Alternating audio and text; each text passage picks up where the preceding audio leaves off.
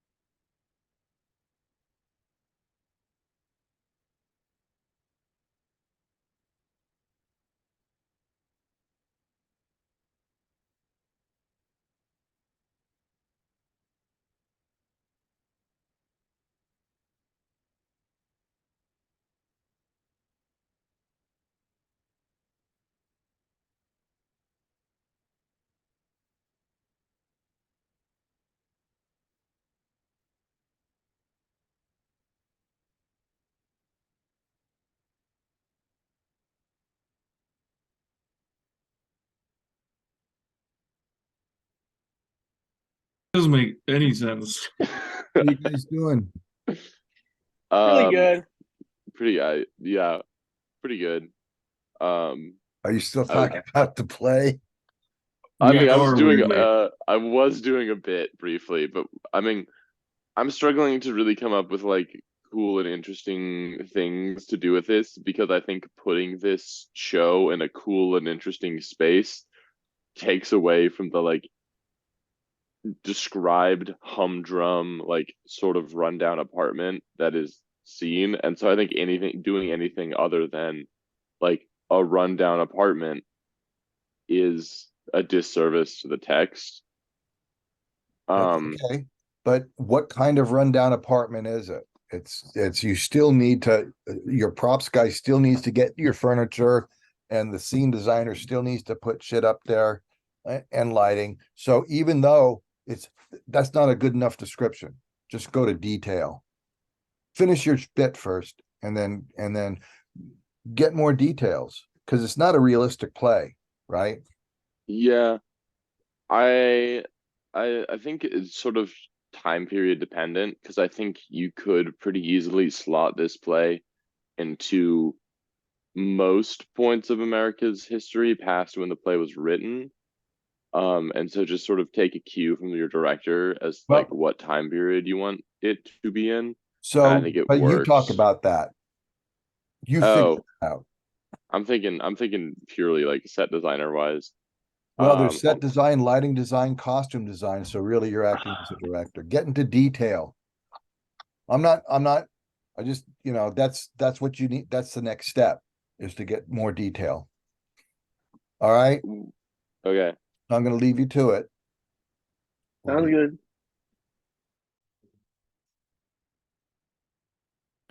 Where's my rooms?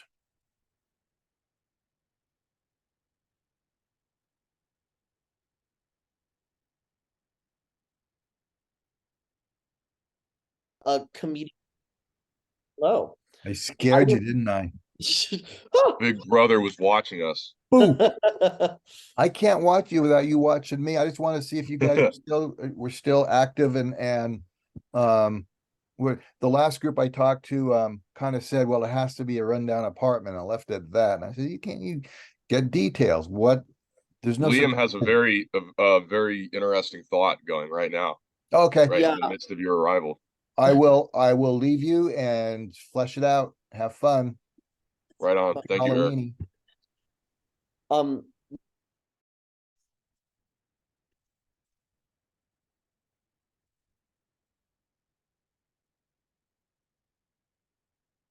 Boxes. Hi. I just want to check in and see how everything's going. But is the American dream not a product? The American dream is fake. It's they just see the wrapping outside of the boxes, but there's nothing inside because they already killed it. AKA their dead son. Mm. Okay, I see the point where you're coming from with that. All right, you guys are Valid. doing Fair great. enough. I'm leaving. Have fun. See ya. Goodbye.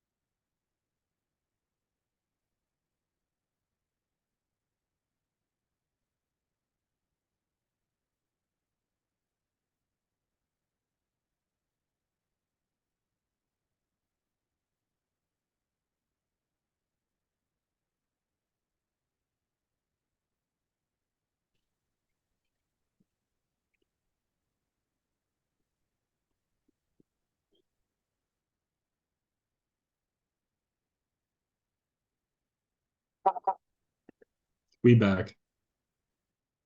You're welcome back. How'd it go? Some It was really good. Really interesting. stimulating conversation. Yeah. I don't think you can be in the same breakout room with Rosemary and not have a scintillating, interesting conversation. Oh, With absolutely. No, and Tatum dropped some bombs too. I was shocked. I was completely intellectually outmatched the entire time. I know she sneaks up on you too. I know, I know. I think everybody's here. Who'd like to begin the conversation about how we're going to mount this play? I know that Valentine has some ideas that I want to hear about. Valentine, you want to start us off? Yeah, I was talking to Isaac briefly about some ideas that I had. I talked briefly about doing sort of like a dollhouse setting, to make the whole set feel really like plasticky and like artificial.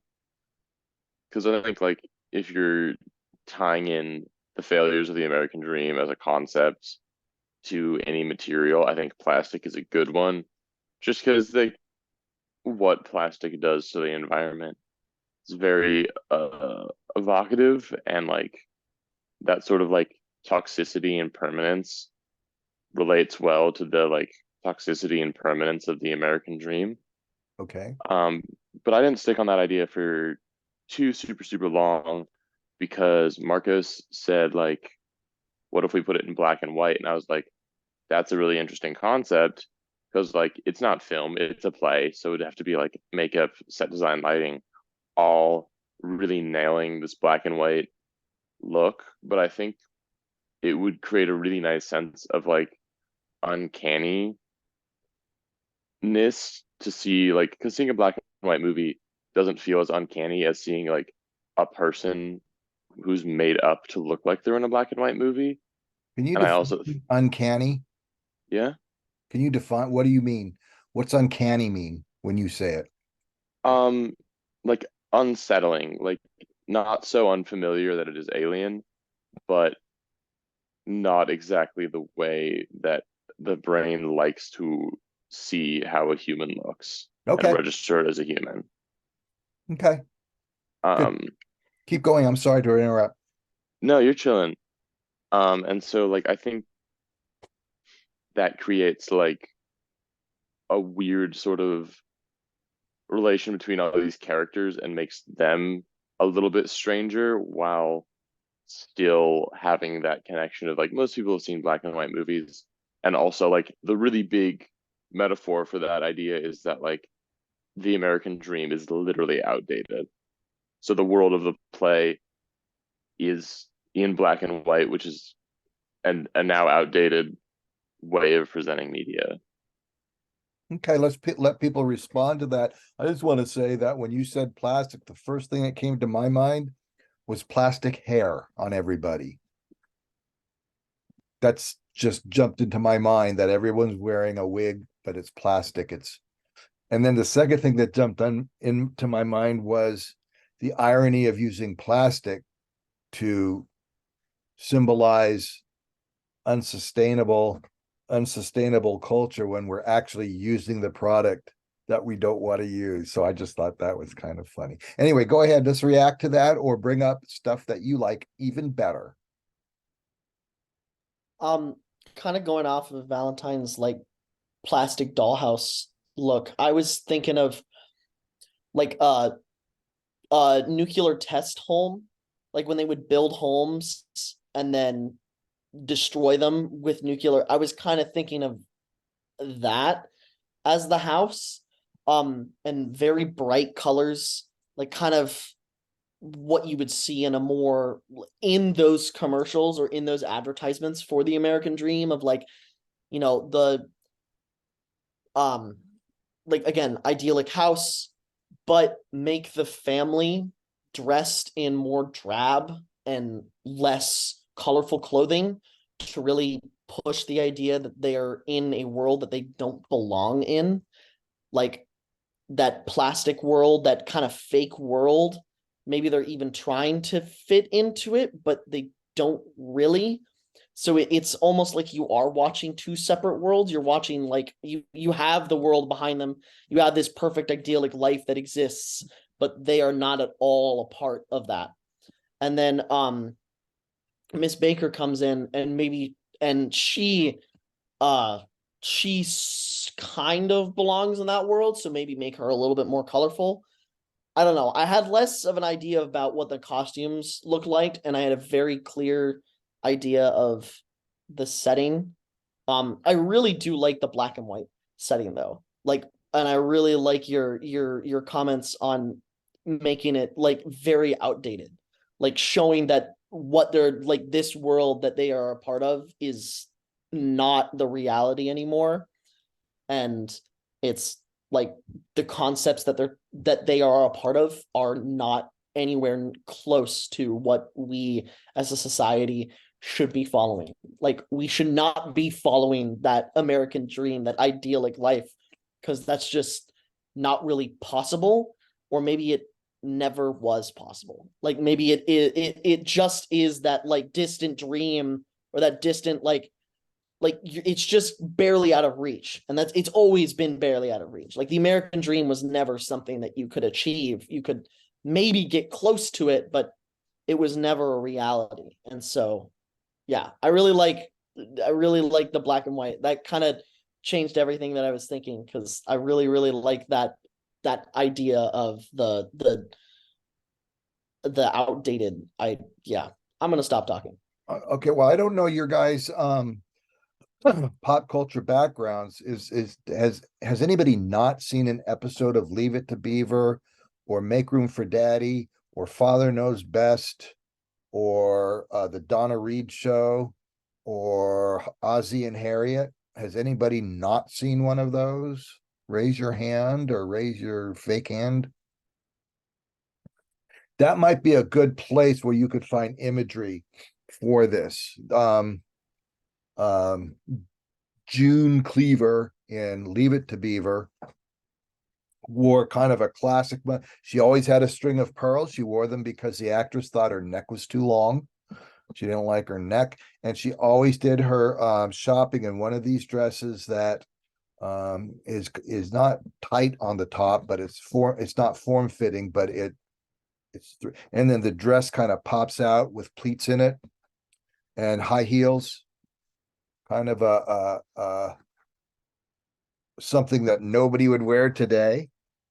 But those are some of the images you might take, because those were the images in 61 that people looked at in order to see what was normal in America. And of course, it was completely abnormal. Anyway, Liam, that's what I thought you might be getting to. And a lot of those shows began in black and white and later were color. I think Leave It to Beaver did that, and probably most of them. Some of them were, but Ozzie and Harriet never went to color because they didn't last past the early 60s. Anyway, keep going, please. I liked Valentine's point about making the characters uncanny. I was thinking that to go in a similar direction, you could outfit people in prosthetics to make them look off. Yeah, that's my riff on Valentine's idea. To go in a new direction, we were kind of talking a lot about the boxes in the play and the wrapping paper.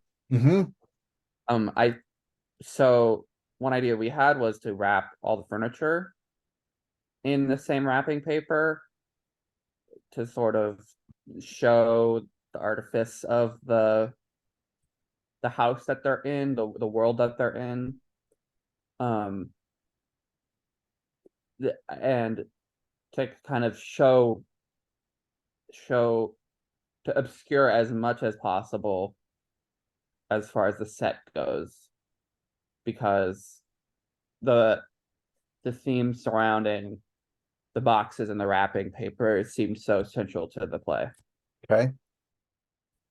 You could also go more realistic, which would be the plastic covers that people used to put on their furniture in Oh, the yeah? early 60s, which were really uncomfortable.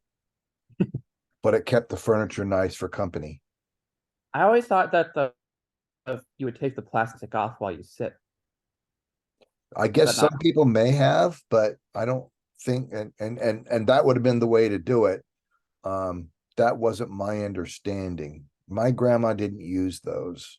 I don't know anybody who used plastic wrapping. I think it might just be a stereotype for old grandmas.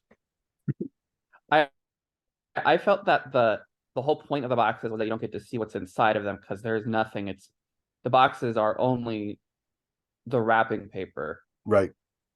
So No, that was I got that. that was sort of the idea You could behind also it. do, and if you wanted to go more realistic again, and I get you want them in boxes so that they are actually uncomfortable. They look uncomfortable because they're in boxes.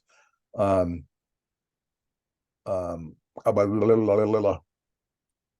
you could do actual furniture and the wrapping paper and the furniture match to tie them together. Hi, did you I have also something? think I also think it's a really good idea to think about size in this play. Either oversized or undersized furniture. Maybe the two leads sit on a oversized couch where their feet don't hit the floor like the big comfy couch, which you've probably never seen. It was a kid's show way back when. A stupid one at that. And then the seat that they give to grandma and to Mrs. Baker is really, really small, even hard to fit into. Stuff like that. Anyway, keep going. Throw out ideas. Yeah, Isaac, go ahead. Well, I want to make clear that in all due seriousness, if I were to like actually pursue putting on this play, I would far more align with Rosemary and Tatum's ideas. I will say that Valentine has some great ones as well, with the idea of making it seem wrong and having the plastic and making it seem like the very idea itself is outdated, so therefore the show should look outdated in some way. I love that. That being said, I've known people that have done shows in realism and they're all cowards. So what I was thinking, just to get the stimulation, just get the conversation going, I was thinking just leaning so heavily into the box motif to a point where it's just completely ridiculous. It loses all meaning. What I was thinking with this would be taking it, setting the show into a black box, nice and square. How we would do the scene, or like setting, I suppose, is that we would cover the walls in giant like sheets of cardboard with like Amazon logos and like giant strips of packing tape, making it seem like they're in a box. And then in the show itself, there'd be very minor pieces of furniture. For example, like a couch that very obviously doesn't belong there, covered in that plastic that you were talking about, like a lamp. But everything else, like the footrest, the table that the lamp is on, a refrigerator, etc., they're all boxes, all very tightly wrapped, packed and whatnot. I love like the wrapping idea, and I would love to think of a way to really incorporate that into like this more like weird take. But for the time being, my main idea was like with the boxes making it seem like they're in the process of either moving in or moving out, making it seem like this family doesn't belong here in this idea. Um, the lighting would be like holes that someone poked into the top of like a box, like almost as if like either for like a person to like preview the product that they're about to buy, or someone like trying to keep like a frog alive in like a shoebox. And making it so like the blocking is very stiff, very rigid. An idea that I threw out, much like the rest of this idea, mostly in jest, was taping the grandmother onto one of the walls with packing tape, and whenever the show calls for her moving a box, just having like a Amazon drone just and then just drop the box somewhere onto the stage and then way off again. Make it seem it's really weird and stiff and uncomfortable and just ridiculous. And I think that while that idea probably really wouldn't slide seriously, and as I said beforehand, I very much more so align with Valentine and Rosemary's ideas in a literal sense. I think that this show could be a fun one to, if you have the means to do it. You got a cast that's down, you got a crew that's down, to just have some fun with it.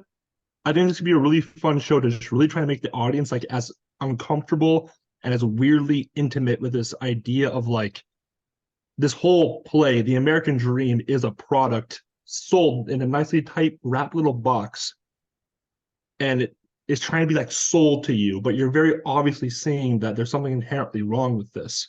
You don't want to buy the box. You don't want to buy this product, this way of life. That's my thoughts on it. Go ahead, Liam. One, I love how fucking vivid that is. Like I can see that so clearly, Isaac. That is, yeah.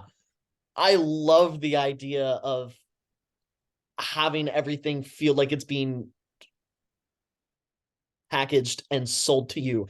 Like the show itself is an advertisement, but it's a twisted and wrong advertise. Like it's almost like it's doing everything it can to not sell you on that product.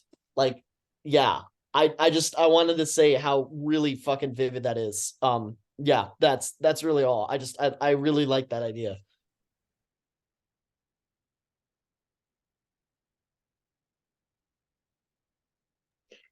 I'm gonna hop on this because I think this idea is super cool.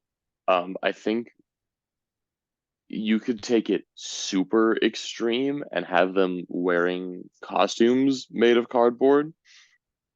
And what I was thinking with this Rosemary was is joking about that. I Rosemary and think Tatum brought it up. that'd be radical. I think that would actually hit. Like they're trying to fit into this world around them at the cost of their own discomfort, and it's just sort of constantly there. And like even the opening of the show, Mama or Mommy could be talking about like this hat, and it's just a fucking like piece of cardboard. I think that's funny, and this show is not supposed to be unfunny. Like there's room for this to be comedic and still convey the ideas. I also wanted to say the idea of having everything like made out of cardboard feels very like child building a fort in their backyard with cardboard, which I don't know if it's a universal experience, but that's something I did a lot as a kid. And I think having this sort of like childish imagery of like everything is made out of cardboard and like this whole reality, I mean, it almost feels like they're playing house, right? Like they're all playing these roles. And I think this reality that you've set forth, you, Rosemary and Tatum, I think that there's a lot of potential with this very cardboard idea. I like the way you said that, this very cardboard idea. I do want to you can share it with us too if you want, Rosemary. If you can. One of the things is that is you need to consider is, will the audience understand the metaphors you're using? And I'm not saying they won't in this case, but when we get to thinking of a play in a certain way, sometimes we choose a metaphor that we hit on that others may not, just by seeing it. So that's an important thing to consider. I'm obviously not sure about this one. I mean, oh, look at that. Oh, I just hate to see a play with everybody looking like that, but it may be very effective. I love it. Thank you, Rosemary. I don't know why you guys have all these weird things that fit our conversations in your files. I just find that so weird. Anyway, I know you guys are quick to look things up. Anybody else?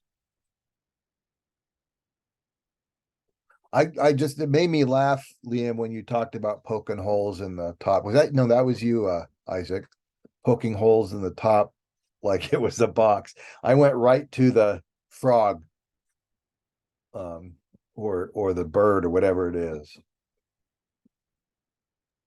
I would totally agree that top thing to keep in mind when you're talking about like complex ideas in any form of media is making sure that like the audience can at least get the ball rolling and like can get it eventually. Or if they can't get like an idea that you had in mind, at least take something from it. Well, I totally agree with that from like a logical standpoint. Makes total sense. The artist in me, as pretentious as that sounds, believes that just confusing the fucking hell out of an audience is just as valid, if not more so. Definitely not more so. But I think that, I mean, getting a bunch of audience members like, oh, we're gonna watch The American Dream. We're like 60 years old, and I can't wait to see all these young people do this wonderful art of theater, and they sit inside this giant cardboard room, and for the next hour just get subjected to just the weirdest out of pocket awfulness. Not like crazy, not like creepy, but like just weird as shit. But like there's something about it that like, is this reflective of something? I don't really know. This is weird. I don't feel right. And then they leave. And I don't know. I think there's something so powerful about that. I just love it. That idea has been done before by many a playwright that you've never heard of. No, it's and I like it too. And it all again depends on how carefully you plan out what these images are. The more abstract, the more you have to really plan it out to give the audience something that they can at least grab onto. Because if they can't relate to it, they're not going to like it. For sure. No, the desire to confuse and bewilder an audience should never be an excuse to deliver a bad product. Right. And when I was a camp counselor, I used to call it the programs we came up with "Confuse a Kid."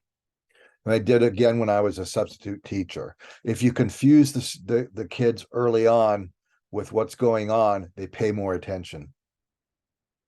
So anyway, you've been very, very patient, Liam. Thank you. No, I just had one more that came to me because we were talking about the buying and or like packaging and selling. How many of you have been to IKEA and just browsed the displays? What if everything was just a very, again, this is a lot simpler than what we were talking about, a lot less, I think, interesting. But I just had an idea of like just a very simple thing to make it like everything has a price tag. Everything is brand new or still packaged. Everything is, my shark plushie is from IKEA. Oh, you have one of the shark plushies? Oh, fuck yeah. Those are the best things ever. I love those. Okay, don't get distracted by. I'm sorry. Bless I'm you. sorry. Keep I'm going. sorry. But I kind of had a thought of everything taking place in one of those prefabricated environments of, again, everything still has a price tag on it. Not as interesting or as really conceptually cool as Isaac, because I don't think, I can't top that. But I just had that idea of like a very simple way to convey to the audience that this is a package, is that everything still has its price tag, everything still looks like it's on the shelf, waiting to be picked up, and like you to ogle at and like, ooh, well, I like this part, and I like this. Like all I can think of is going through the IKEA's displays and being like, oh man, I would really love to live here. And then you go to the next one, you're like, man, I would really love to live here. This looks really cool. And then you see all of this. Yeah, that's all. I had that another image come to my mind. Well, and the idea of leaving price tags on is an age-old idea of letting everybody know how much you paid for everything, which is really at the heart of the play itself, is that it's just to be looked at. And if it looks good, it is good. Other things you can do is package up the furniture, and before people sit on it, you can also take those boxes off. And maybe even when people get up, put them back on when they're not using them. There's all sorts of things you can do with with this idea of cardboard. When Isaac was first talking about it, I was thinking that all the pictures and clocks and whatever you hang on the wall, that's still in the box, hanging on the wall. So it's, and you might even have the boy when he's left, or the young man when he's left in the room, taking the boxes off, looking at what's underneath, and then putting it back to see what these people are like. I was saying to lean in even harder on the box motif because I love what you're saying with that, Eric. But to even go harder, I would say the paintings aren't in the box in a way that they're like visible. The paintings would be in a box that would have like another painting like printed, like very like hastily stamped on it by like a packaging company. Like let's see here. If you're on your computer and you pull up the images tab or like pictures, how it has like that mountain range with like the sun on it, and it's like very blue and white, very corporate, simplistic art style. Just having that be stamped onto the boxes instead of the actual painting inside the box could be kind of fun. And the refrigerator would be just like a really tall box. Like the refrigerator is still in the box where the refrigerator should be. And it just says like, well, hey, you have like a refrigerator icon or just the shape itself would say it. Like nothing's visible at all. Okay. What if Tatum, the grandmother's clothing, if she's wearing cardboard clothing, she has a fragile handle with care on her front? That's actually fire. That's a good idea. That or the father or daddy, like I don't know, the like playing with the boxes and playing with the messages that are on boxes, I think would be really cool as well. Yeah. or you can We have had this side up with an arrow pointing down. we had jested in our chat, me, Rosemary, and Tatum, that we would have it so throughout the entire show, the mom will be throwing boxes at the dad for like every one of their lines, just like constantly berate them physically as well as like verbally and emotionally. And when the guest pulls through, Tatum brought the idea of like that's when they should stop throwing the boxes to like maintain like an air of like, okay, we're nice, we're prim, we're proper, we're the American dream, right? But I was thinking maybe to make it even more screwed up and just weird, having it so like as the scene goes on, the mom encourages the guest to also start throwing boxes at the dad. Like roping them into like this lie along with them in some way. Okay. Unnecessary, yes, but more fun with boxes. I'm just to kind of go away from what we're doing. We didn't really talk about the boxes. So the boxes they're coming in, there's boxes and they're somewhere by the door or spread out all over the place, but the boy helps grandma take them down, and supposedly in all those boxes are all of her possessions, including her dog, and they talk about it a lot in the play, her television. um what does that have to do with the play?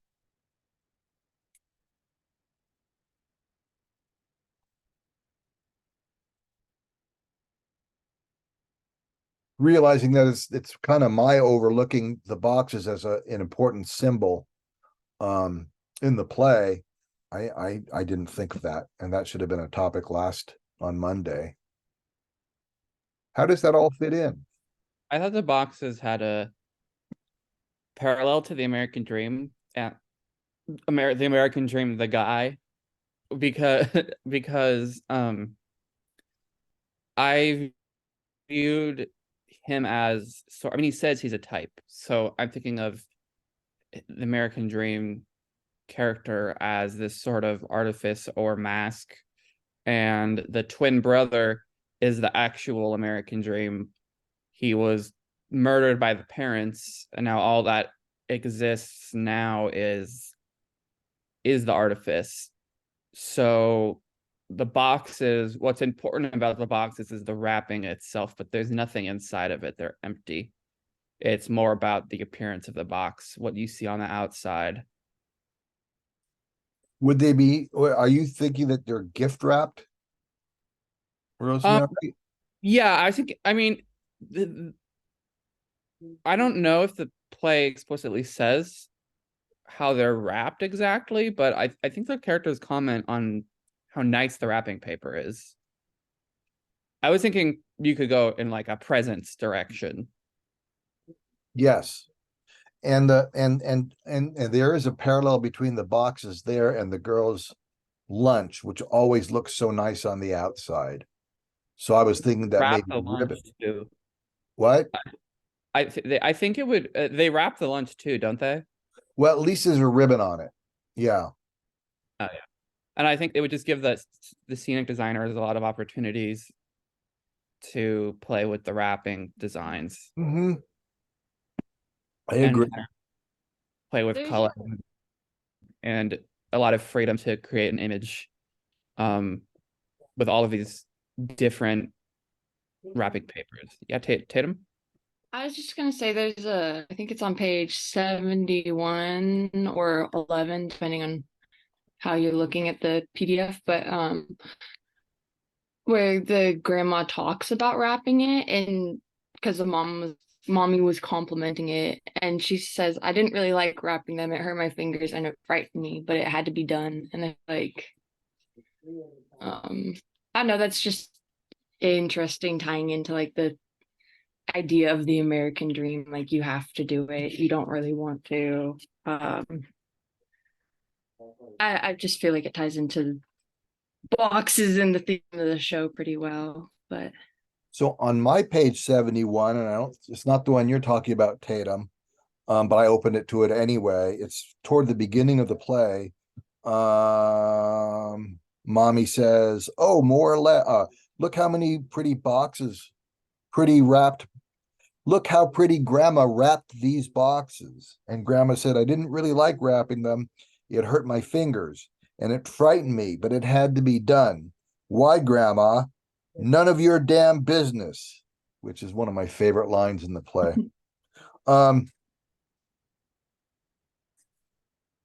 And then she sends her to bed and said, "I just got up. I want to stay here and watch." So I mean, so I think Rosemary's right that there's this sense of nobody wants to do it, but they're wrapping things to make them look pretty. And in this case, it's Grandma wrapping all her things up so that she can sneak out of there without them knowing it. And we don't know why. It could be that could be a metaphor for death. I don't know. So well, that's and that's one of the another thing that you need to do is when you're interpreting plays is to look at the major symbols in the play and kind of figure out how they fit in. They don't have to specifically mean a specific thing. They can just be giving you the mood or some kind of movement toward an idea. But it's important to look at those things as you read the play. It takes me 2 or 3 readings before I've caught the things that I need to catch. Okay, let's go away from the box. I know everybody in the whole class didn't just talk about boxes. What other ideas do you have? I like the idea. I'm not poo-pooing it. I think it's a great idea in various shapes and forms, but at the same time, what else did you come up with?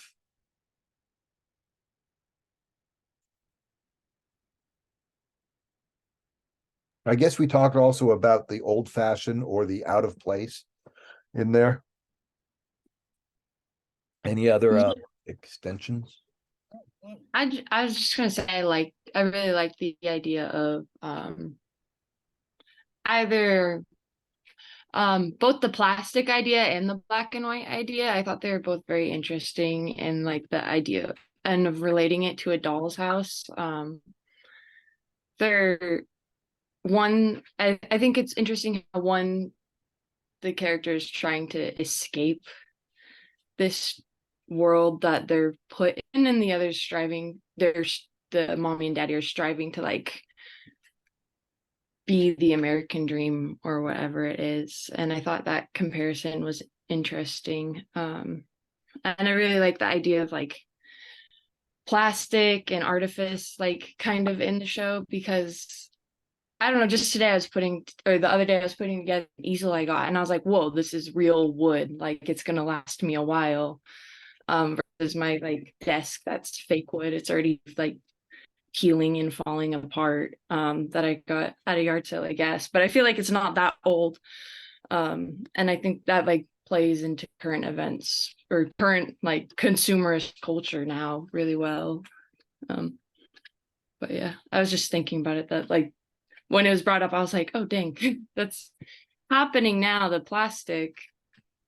But it looks nicer, and that's what's like available to everybody.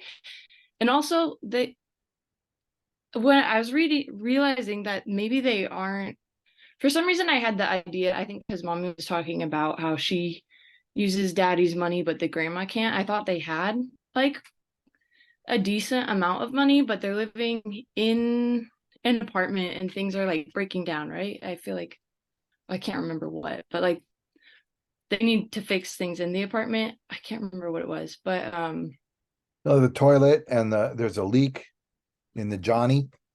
yeah, so I guess I had this like false idea. I mean, which they're probably trying to present, that they had more money than they do throughout the show. And I think, I don't know, that's another aspect of like capitalist consumerism. Like you can only afford so much, but you try to make it look nicer than it is. And that could be that could also be done with slip covers that are put over more drab, ugly pieces, so that you just put a slip cover on it and make it look more expensive and new.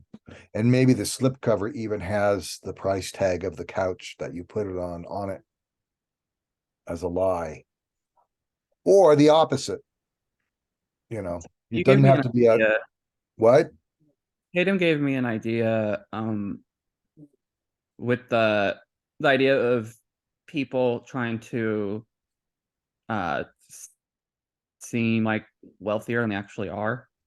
And kind of going with the idea of obscuring or masking what's going on. Maybe before the show starts and the audience is filing in, you could have a big what's the word? Not a flat, but like you could have a big flown in image hanging in front of the stage of the exterior of the house. I was thinking like a Mick Mansion type look. I recently got really interested in Mick Mansions. It's this idea that you cheaply make a house look like a opulent mansion, but you don't really, it's like quickly slapped together. It's a bunch of clashing architectural styles and useless turrets and pillars that don't really make sense architecturally. Like the pillars are just a facade, they're not there to actually support anything. And there's various like hallmarks of McMansions. I actually remember the development in my hometown building a bunch of McMansions, and a lot of them have pillars in front of their front doors, but you can see the concrete like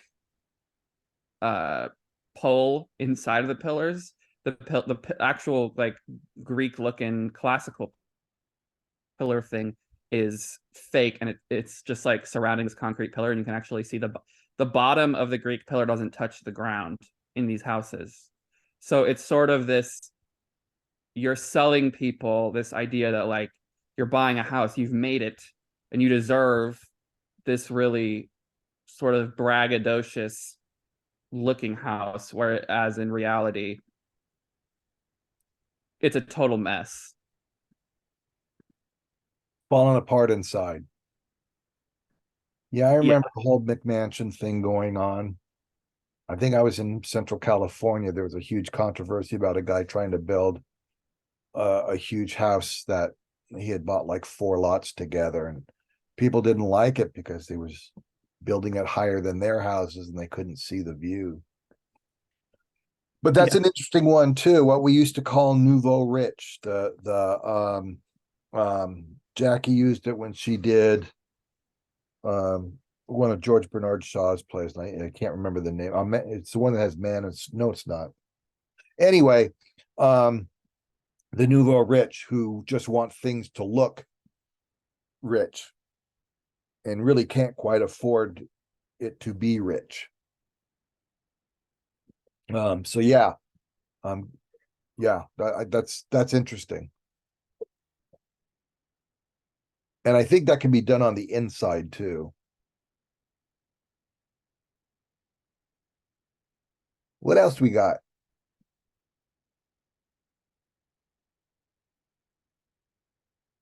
Marcos, Allen, Anthony.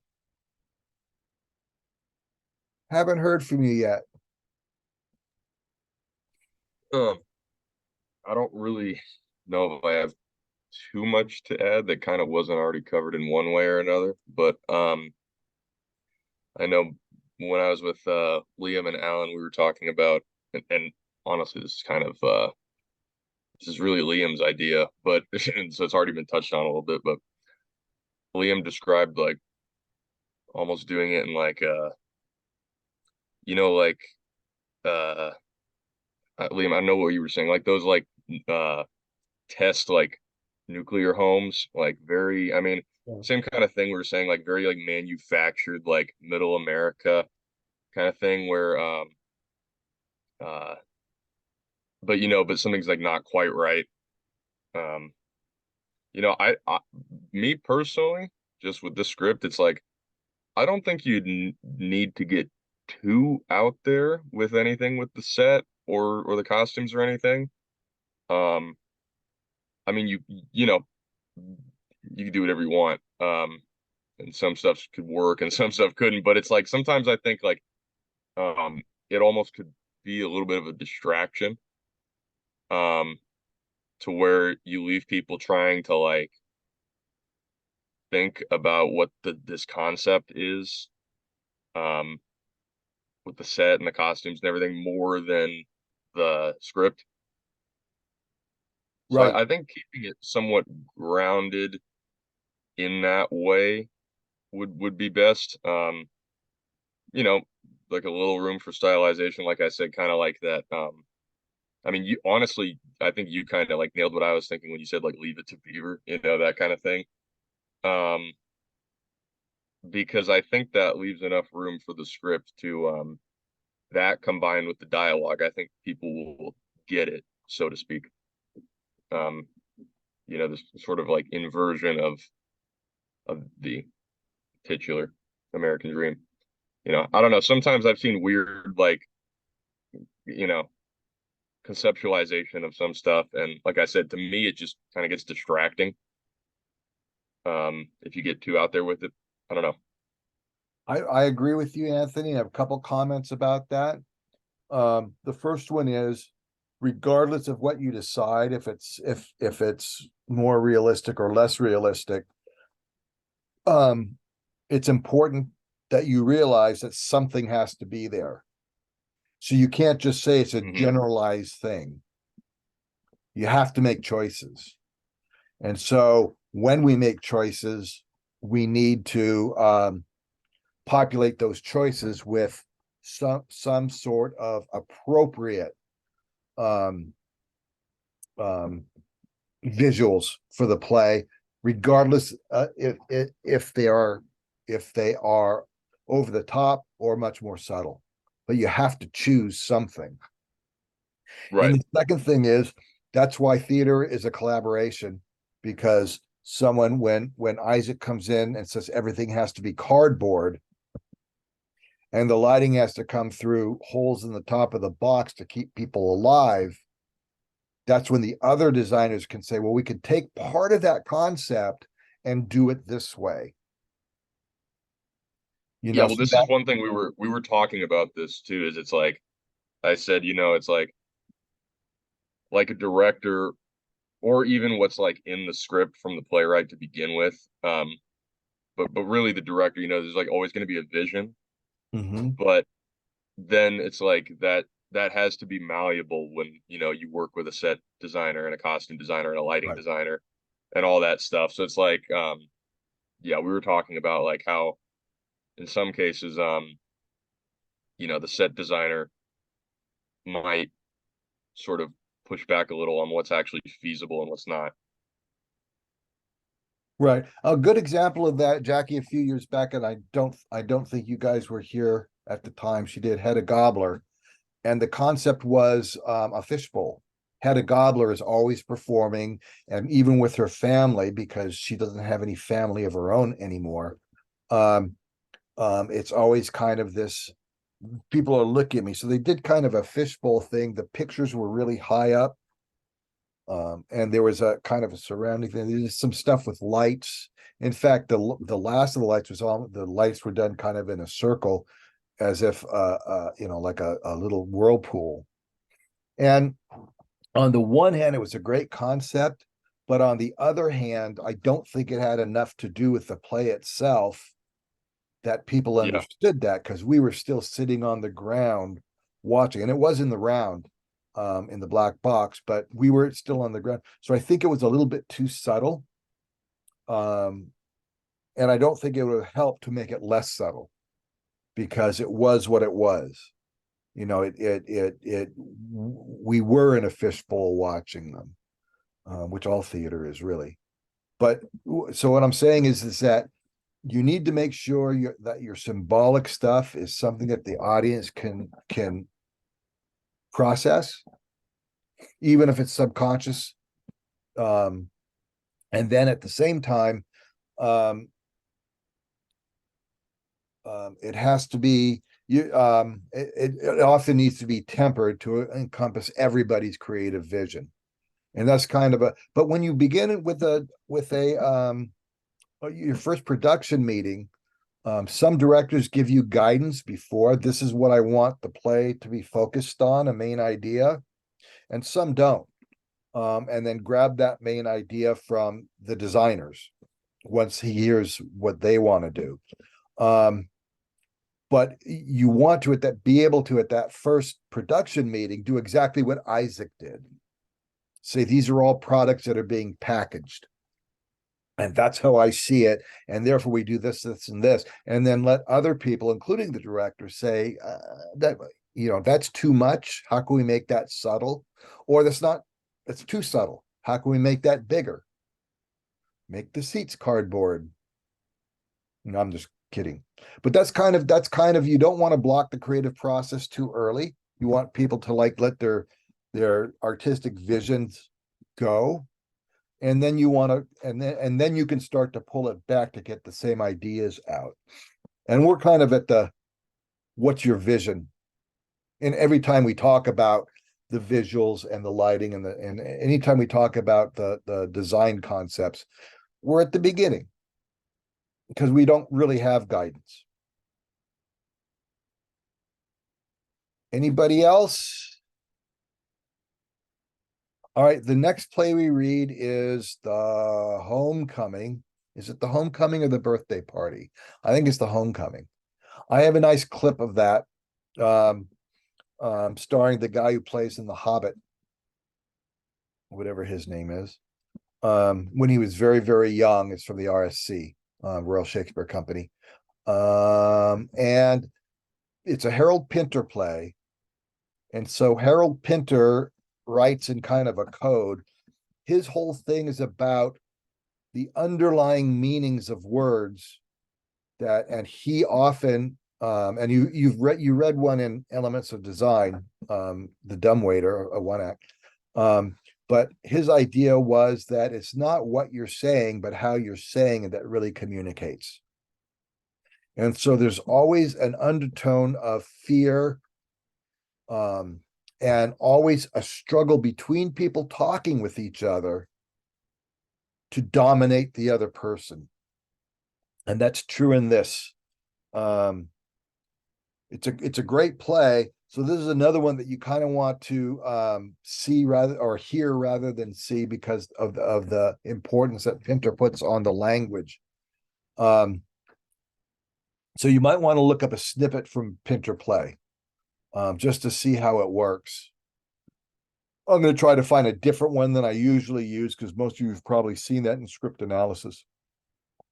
Excuse me, I think I use it a lot in script analysis or something else. Anyway, so that's the next one. It is a fun play, but it gets really, really gross. And there's some references to things that are quite sexual in it. And it gets really weird at the end. So be prepared for that. It's kind of a trigger warning.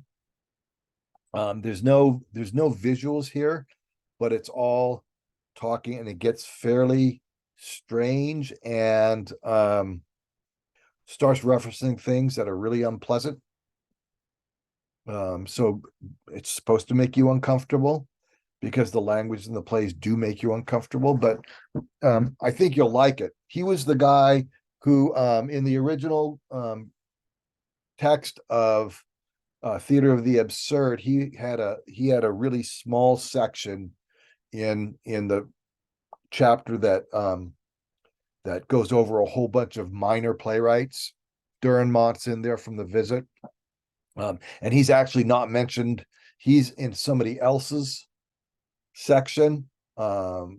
Frisch is his name, who also wrote in the same kind of way, and they kind of knew each other and were friends. But anyway, and in his later edition, he gave Pinter his own chapter because Pinter had risen to be such a prominent playwright. He turned out to be he grew into being I can't remember what theater he worked for, but he was the principal playwright, and he wrote tons and tons of stuff later. He died fairly recently, I think within the last 5 years. And he worked until the end. So he became really, really important as a playwright, very different than the Beckett kind of absurdism. So I hope you find that interesting. And if you're getting confused by the play, I would look for a snippet on YouTube from a Pinter play and try to get a professional one rather than an amateur one, because sometimes those don't work very well. The last of his that I saw was Betrayal, which started at the end of the play and worked backwards. Scene by scene, it was about a husband and wife and the wife's lover. And the first scene is the two men meeting for the first time since the lover had broken up with the woman. And it goes back to where they first meet, the couple who's very happy first meet. And what OSF did, it was OSF in Portland. They had that for a short period of time. The first scene had this very, very narrow proscenium as the play went backward, the proscenium grew and grew and grew, signifying that at the end of the story, beginning of the play, they had very little, everything was over. They had very little choices to make anymore about this. And as it grew, they're showing more and more opportunities to tell their story. And it was very interesting. And when you use a guy who uses language to show violence, the language was really, really powerful. And you can tell when the husband and wife are back when they're first married, and you can tell when the wife and the boyfriend start to have an affair. I think right in the middle of the climax is when the husband comes and interrupts them in their apartment that they had rented, that they both go to. Anyway, it's an interesting play. I think you'll like it. It's an earlier work of his. But have fun with it. Make sure you read it and write about it. And I will see you next week. And by that time, you should be recovered from yesterday. Thank you, Eric. Take care. Enjoy yourselves. Thank you, Eric. Have a good one, Eric. Have a good one. I will. You do the same.